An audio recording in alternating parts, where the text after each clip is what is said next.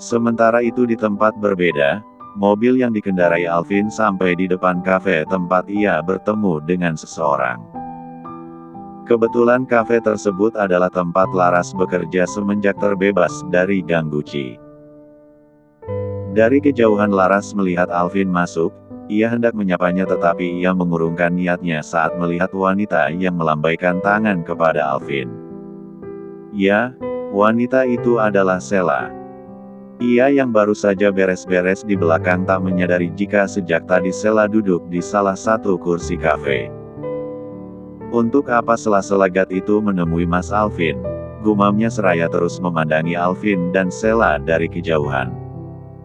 "Ras, sini bantu aku buang sampah," sahut seorang pegawai kafe lainnya. "Oh iya."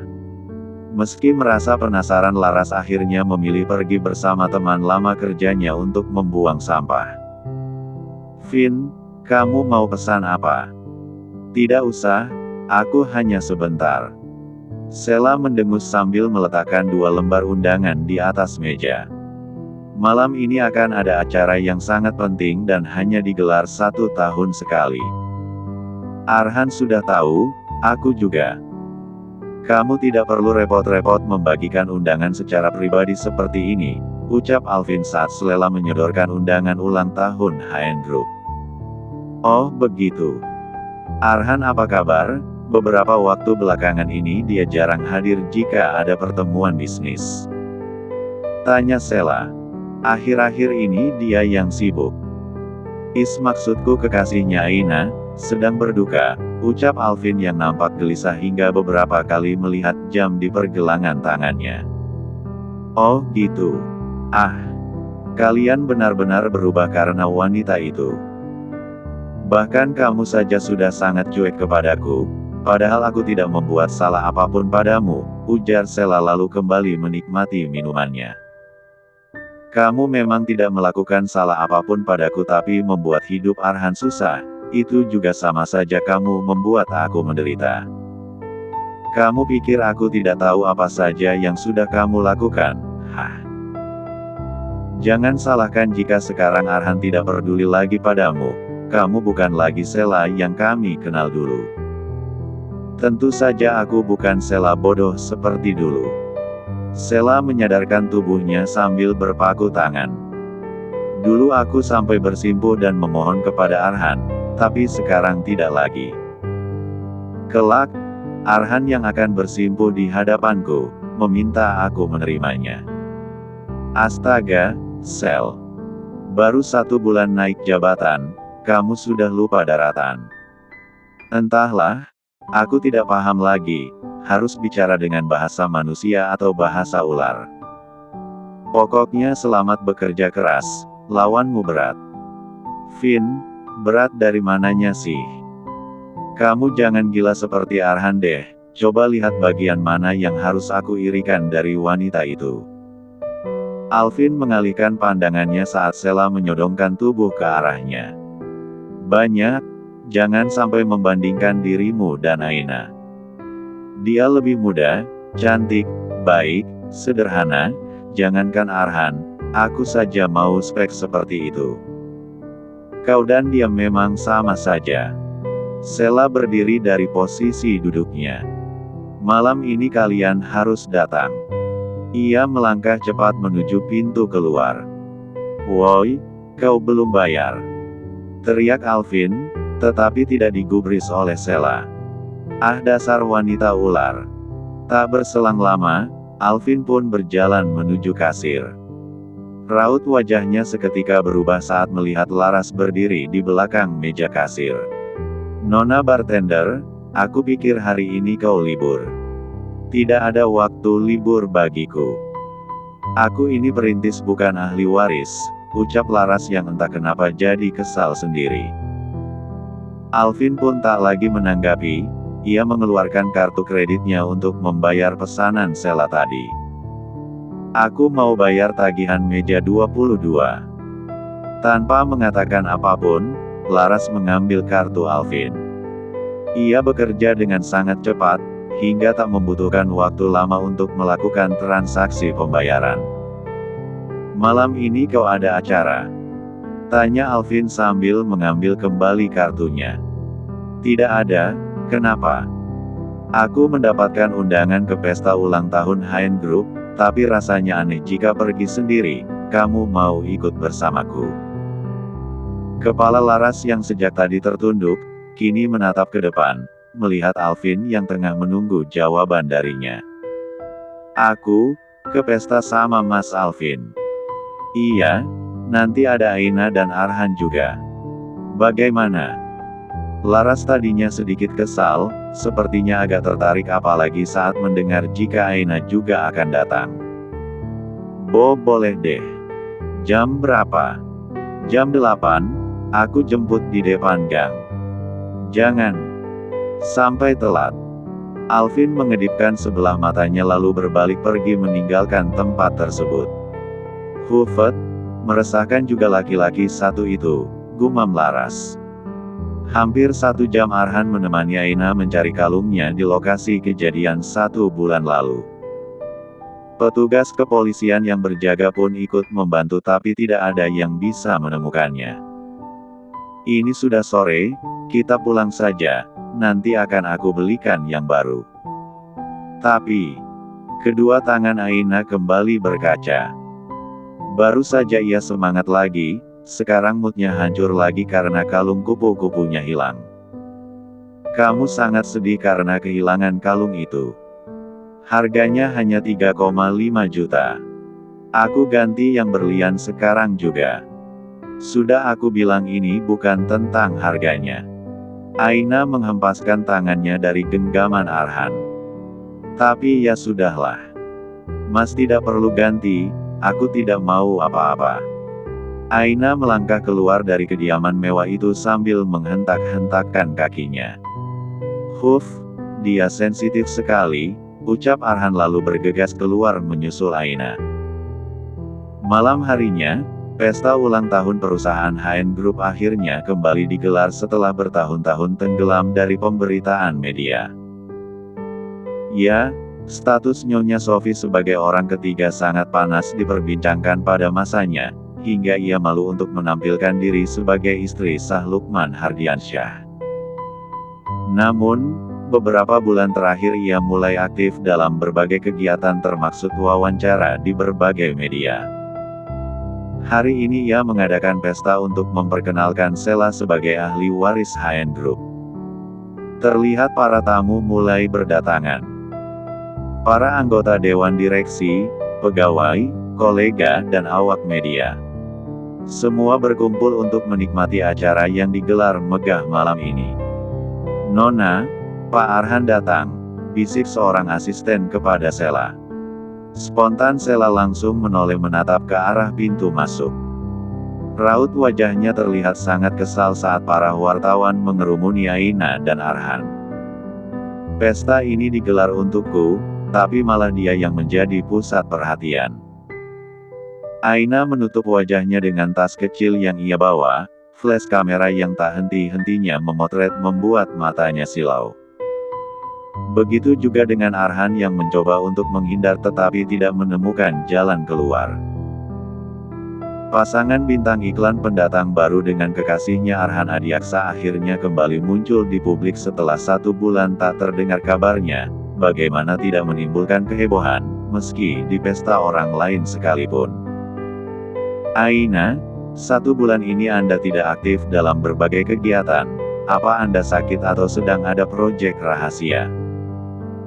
Sayang sedang istirahat, Mas Arhan sedang sibuk di perusahaan jadi kami jarang pergi bersama, ucap Aina seraya menghindari cahaya kamera yang mengatakan matanya kurang nyaman. Maaf, kami harus masuk sekarang, ucap Arhan sambil terus merangkul Aina. 1 pertanyaan lagi. Ini sangat membuat orang penasaran, tanggal dan bulan berapa hubungan pacaran kalian diresmikan? Aina menoleh menatap Arhan. Itu. Ahek sial, harus jawab apa? Tanggal pernikahan saja aku lupa, batin Aina. Tanggal 27 April, jawab Arhan dengan lugas. Semua wartawan nampak terkejut karena itu berarti sudah hampir setengah tahun lalu. Saya dan Aina meresmikan hubungan tanggal 27 April lalu, ucapnya lagi. Dia ingat, batin Aina. Sudah ya, kami harus masuk. Arhan menarik tangan Aina agar mengikuti langkahnya menembus kerumunan wartawan. Mas benar-benar ingat tanggal pernikahan kita? Tanya Aina seraya melangkah beriringan dengan Arhan. Sekalipun aku tidak menginginkannya saat itu, aku tidak mungkin lupa. Aina tersenyum mendengar jawaban Arhan. Padahal wajahnya tidak meyakinkan, gumam Aina. Saat Arhan bertemu dengan para kolega, Aina pun diperkenalkan sebagai kekasihnya. Namun, Aina merasa sedikit bosan karena ia tidak mengerti dengan apa yang dibahas orang-orang itu. Hingga beberapa saat berlalu, pandangannya beralih melihat Nyonya Sophie yang tengah duduk bersama teman-temannya di depan sana. Tiba-tiba, ia kembali mengingat mendiang ibunya. Seharusnya mama yang ada di posisi itu, batin Aina. Ternyata kamu punya nyali juga datang ke sini. Sahut Sela yang tiba-tiba datang menghampiri Aina. Aku datang karena permintaan Mas Arhan, jawabnya. Cek, sekarang kamu bisa lihatkan perbandingan kasta kita bagaimana. Keluargaku adalah orang terpandang sementara kamu, tidak perlu dibicarakan lah ya. Aina menoleh dengan tatapan tajam. Semua ini milik keluarga Hardiansyah. Aku tidak bicara tentang sehebat apa keluarga ini, tapi aku bicara tentang kamu. Kamu bukan siapa-siapa tanpa semua harta ini, kan? Ai, ternyata kamu di sini. Arhan mendekat saat melihat Aina sedang bicara dengan Sela. Sudah 1 bulan ia tidak melihat langsung wanita yang dulunya ia anggap seperti adik sendiri. Kini, melihat Sela rasanya begitu asing. Wanita itu telah kehilangan karakter dirinya yang rendah hati. Aina mengalihkan pandangannya kepada Arhan. Aku sedikit mengobrol dengan Kak Sela. Sekarang aku bisa melihat dengan jelas betapa mewah pesta keluarganya. Kedua matanya berkaca-kaca melihat Arhan. Genggaman tangan Arhan kian erat. Ia tahu saat ini Aina tengah berusaha menahan diri agar tidak terbawa perasaan. Sementara Sela yang melihat keromantisan Aina dan Arhan, sejak tadi menahan gejolak emosinya. Ia telah merubah banyak aspek dalam hidupnya hingga sejauh ini, bahkan membuang mimpinya untuk menjadi seorang produser film. Demi obsesi dan ambisinya untuk mendapatkan Arhan kembali. Han, sudah lama tidak bertemu dan kamu bahkan tidak menyapaku. Tanya Sela pada akhirnya. Arhan menatap Sela dengan sorot mata tak biasa. Semenjak mengetahui informasi dari Kinos bahwa Sela memberikan informasi tentang Aina kepada Ferdian, respeknya benar-benar sudah hilang sepenuhnya. Ia tidak ingin lengah lagi. Kita sudah terlalu asing untuk saling menyapa. Aku datang kemari karena rasa hormatku kepada mendiang paman yang susah payah membangun perusahaan ini hingga berkembang pesat. Arhan, kamu sadar apa yang sudah kamu bicarakan? Malam ini, aku akan diperkenalkan sebagai penerus HN Group. Kita akan sering bertemu nantinya, setidaknya kamu harus bersikap baik padaku. 10% saham di perusahaan kamu itu milik papaku. Sela, aku tidak membicarakan uang sekarang. Tunggu saja, apa kamu benar-benar pantas sebagai penerus HN Group? Tanpa memperpanjang perdebatan, Arhan menarik tangan Aina agar pergi menjauh dari Sela. Tunggu saja. Kalian harus tetap di sini, dan menyaksikan langsung beritaku diliput media sebelum rapat direksi, ucap Sela geram. Masih di tempat yang sama, Alvin dan Laras baru saja datang. Mereka masuk bersamaan dan disambut dengan baik oleh petugas pintu. Gandeng tanganku, setidaknya aku tidak terlihat jomblo malam ini, ucap Alvin sambil menyodorkan lengannya. Apa aku dibayar untuk ini?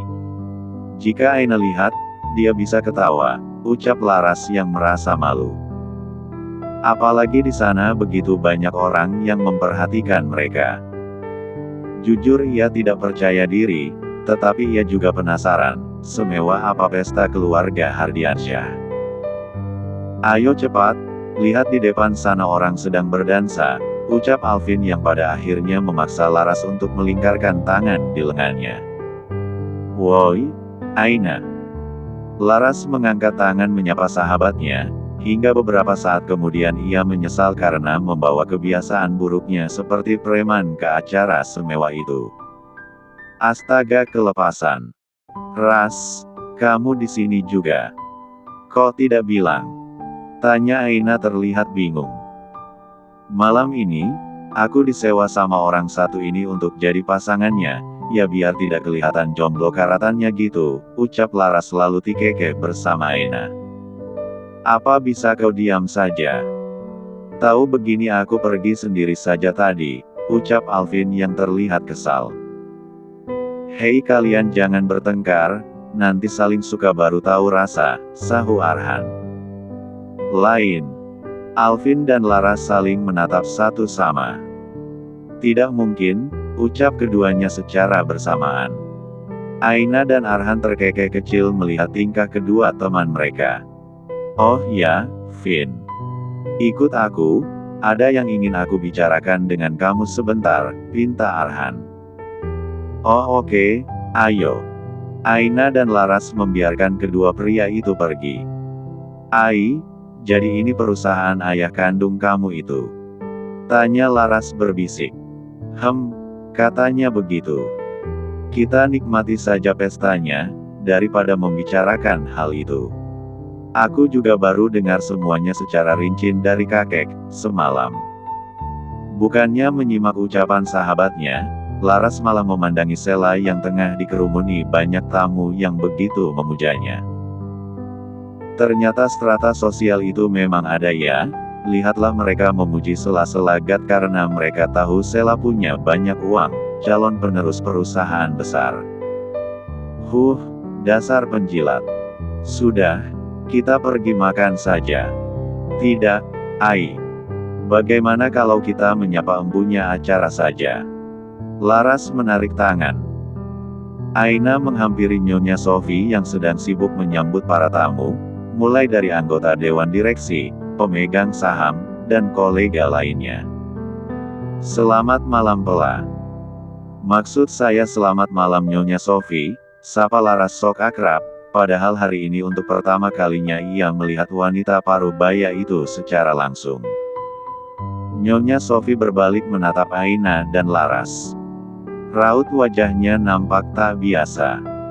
Kamu kenapa bisa datang kemari? Loh, Tante lupa ya. Sahabat saya ini adalah kekasih atau calon istri dari Arhan Adiaksa, ya dia datang dengan pacarnya, sahut Laras. Nyonya Sophie kembali diam, sambil menatap sinis ke arah Aina. Kamu benar-benar tidak tahu malu ya, saya tidak habis pikir kenapa Arhan mau. Padahal jelas-jelas kamu hanya memanfaatkan Arhan, pansos ya karena dia anak konglomerat. Pansos. Laras hendak kembali menyahut tetapi Aina menahan pergelangan tangannya. Terima kasih atas kata sambutannya. Setidaknya saya tidak merebut suami orang lain, ucap Aina. Kamu. Mata Nyonya Sophie terbelalak merah. Ia hendak melayangkan tamparan tetapi tiba-tiba saja ponselnya berdering tanda panggilan masuk. Halo, ada apa? Tanyanya sesaat setelah mengangkat telepon dari sang ajudan. Orang yang ada cari sekarang menunggu di kafe hotel, Anda bisa kemari sebentar Nyonya. Baiklah, saya segera ke sana. Nyonya Sophie mengakhiri panggilan telepon tersebut sambil menatap sinis ke arah Aina. Karena panggilan telepon itu, ia jadi tak bisa melanjutkan perdebatan dengan Aina dan memilih segera meninggalkan tempat pesta untuk menemui seseorang di bawah. Tak berselang lama setelah kepergian Nyonya Sophie, Arhan dan Alvin kembali menghampiri Aina dan Laras. Tadi kamu bicara apa dengan Tante Sophie? Tanya Arhan. Hanya menyapa, jawab Aina singkat. Selang beberapa saat, lampu sorot mulai fokus ke panggung hingga ruangan sedikit remang-remang karena acara akan segera dimulai.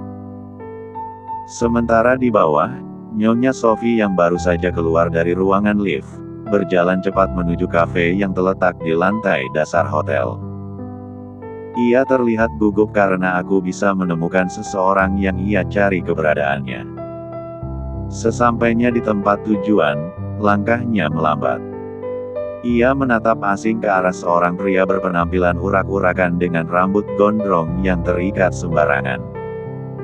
Nyonya, ini Pak Roni. Dia ini adalah suami Bu Lastri, ucap ajudan Nyonya Sophie. Masih dengan tatapan tak percaya Nyonya Sophie duduk di hadapan Pak Roni. Jadi Anda benar suami kedua Lastri.